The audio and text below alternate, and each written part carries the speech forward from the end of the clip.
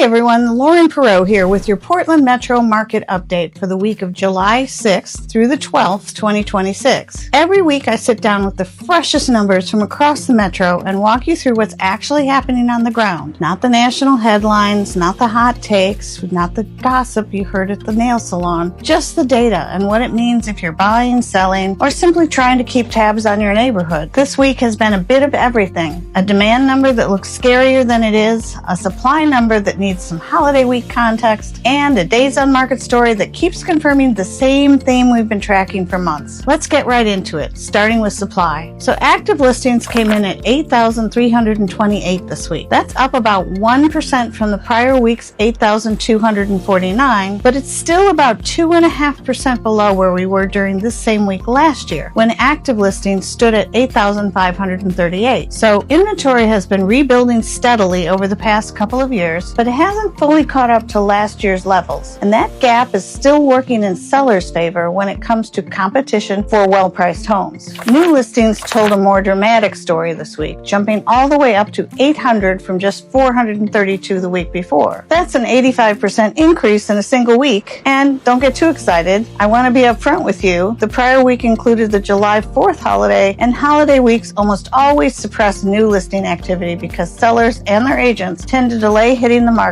until after the holiday clears. So this week's 800 new listings is really the more accurate read on where seller supply actually stands right now, and it comes in about 10% below the 889 new listings we saw during the same week last year. Zooming out to the 12-week rolling average, active listings are running around 7,659 compared to roughly 7,734 during the same stretch last year. That's a modest year-over-year decline, and it tells us that even with more homes trickling onto the market week to week, overall inventory is still relatively tight compared to 12 months ago. So here's why that matters for the rest of this report. A market with meaningfully more inventory than last year would normally put downward pressure on prices and upward pressure on how long homes sit. Instead, we're seeing prices climb and the fastest selling homes move just as quickly as ever. That combination only really makes sense if buyers are still competing hard for a limited pool of well-priced, well-presented listings, even while overall inventory numbers look a bit healthier than they did a couple of years back. So if you're a seller weighing when to list, this is genuinely useful context. Inventory isn't flooding the market the way it might feel like it is from anecdotes alone, and that tightness is part of what's kept prices climbing even as the number of homes for sale grows. Keep that in mind as we move into demand. Now let's talk about demand, because this week's headline number looks more dramatic than it actually is. Homes sold came in at 515 this week, which is down sharply, about 26% from the prior week's 696. But compare that to the same week last year when 525 homes sold, and you'll see this week's number is essentially flat year over year. The week over week drop looks big, mainly because the prior week's 696 was itself elevated coming out of the holiday stretch, when a backlog of closings tends to clear all at once, especially on the last day of the month. So this week's 515 is really closer to the market's true underlying pace. Total pending sales eased slightly to 3,148 from 3,251, but those are pretty much the same. The week before, about a 3% decline. New pending sales, which gives us the freshest read on buyer commitment, came in at 537, down close to 14% from the prior week's 624, and about 9% below the 589 we saw during the same week last year. But here's the number I want you to focus on. The 12-week rolling average for homes sold is running at roughly 570 compared to about 529 during the same period last year. On a smoothed out basis, demand is actually running a bit ahead of where it stood 12 months ago, even with this week's pullback. And total pending sales on that same rolling basis sit at about 3,456 above last year's comparable 3,341. So the underlying pipeline of deals in progress is healthier than any single week's snapshot would suggest. These kinds of single week swings are really common in the summer months when vacation schedules and holiday timing shift exactly when buyers and agents get transactions moving, and they tend to smooth out over the following few weeks. If you're watching this because you're trying to time a purchase or a sale around perceived market momentum, my advice is the same as always. Look at the trend line, not any single week. One soft week following a strong one is normal normal seasonal noise, not a shift in direction. Pricing kept moving in sellers' favor this week.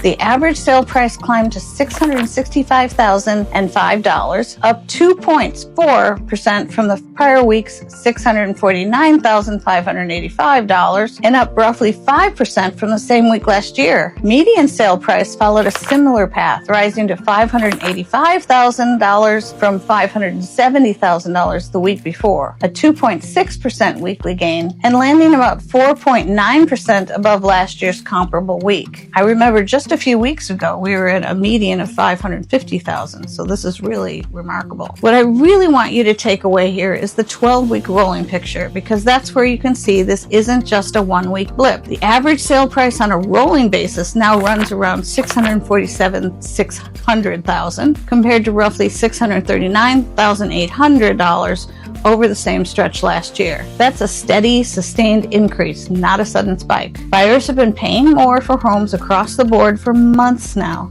and this week's numbers are right in line with that trend rather than standing out from it. I get asked a lot whether this kind of steady price growth means the market is overheating. Based on everything else we're seeing this week, inventory still below last year, demand roughly matching last year on a rolling basis, and rates holding flat, this looks more like a market absorbing higher prices in an orderly way rather than one that's running hot as can be. That's an important distinction if you're trying to decide whether now is the right time to make a move. The next section is where the most interesting story in this week's data lives, so stick with me. Price reductions surged to 1,138 homes over the past 7 days, up 80% from the prior week's 631. Reductions of $15,000 or more also jumped, hitting 545 compared to 318 the week before. Now, before you read too much into that jump, let me put it into context. Even at 1,138, this week's total actually came in slightly below the 1,162 price reductions recorded during the same week last year. So this isn't a record-breaking event. In fact, it's the highest weekly price reduction total we've tracked so far in 2026, but not the highest we've ever seen. What it does tell us is that a meaningful share of sellers are recalibrating their expectations in real time, cutting prices as their homes sit longer than they'd hoped. And that brings us to days on the market, which is really the heart of what I keep calling the two-speed market. Average days on market came in at 53 this week, down from 61 the prior week, but up from 49 during the same week last year. Median days on the market fell to 19 from 21 the week before, and that's actually 2 days faster than last year's 21. Here's what that combination tells us. The median home, the one that's priced right and presented well, is still moving in under 3 weeks, but the average is being pulled higher by a long tail of listings that are sitting far longer than that. This week, the gap between average and median days on the market was 34 days. That's down from 40 days the prior week, but it's still noticeably wider than the 28-day gap we saw during the same week last year. And if you look at the 12-week rolling average, that gap has actually widened even further. It's running close to 40 days now, compared to around 31 days over the same stretch last year. That tells me, and tells us, this isn't a one-week fluke. It's a market where well-executed listings continue to sell quickly, while everything else waits a lot longer for the right buyer to come along. And this week's surge in price reductions is really the other side of that same coin. Sellers who started too high are course correcting in real time.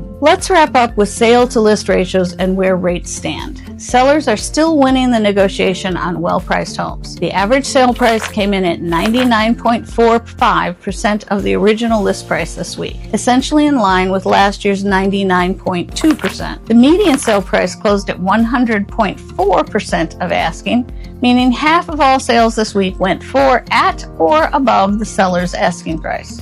Slightly above, an improvement from last year's 99.81%. Average sale price as a percentage of the original asking price, which captures any price cuts made along the way, came in at 97.2%, up slightly from 96.51% a year ago. Put simply, homes priced correctly from the start continue to draw competitive offers, often at or above asking, while homes that needed a price correction along the way saw slightly smaller final discounts than they did last year. On rates, On-Point Community Credit Union's 30-year fixed rate held steady at 6.375% this week, unchanged from the prior week. Points ticked up slightly to 0.375 from 0.25, and the APR edged up to 6.468% from 6.456%. Rates have held in a fairly narrow band since we started tracking them back in February, and this week's number sits close to the 12-week rolling average of about 6.29%. Stable rates continue to give buyers a predictable environment to plan around, even as affordability remains a real constraint given how much prices have climbed this year. With rates essentially unchanged for months, the conversation has shifted from timing a rate dip to understanding exactly what a given rate means for your specific budget, and that's exactly the kind of planning a solid pre-approval conversation with a good lender, and I know several, can help you sort out before you ever start touring homes. So here's my read on this week put together. Demand cooled off from an inflated prior week, supply is rebuilding but still trails last year, and prices keep climbing at a steady mid-single-digit pace. The number I keep coming back to is that gap between average and median days on market. It's the clearest signal in this whole data set of a market that rewards preparation. The right price, the right presentation,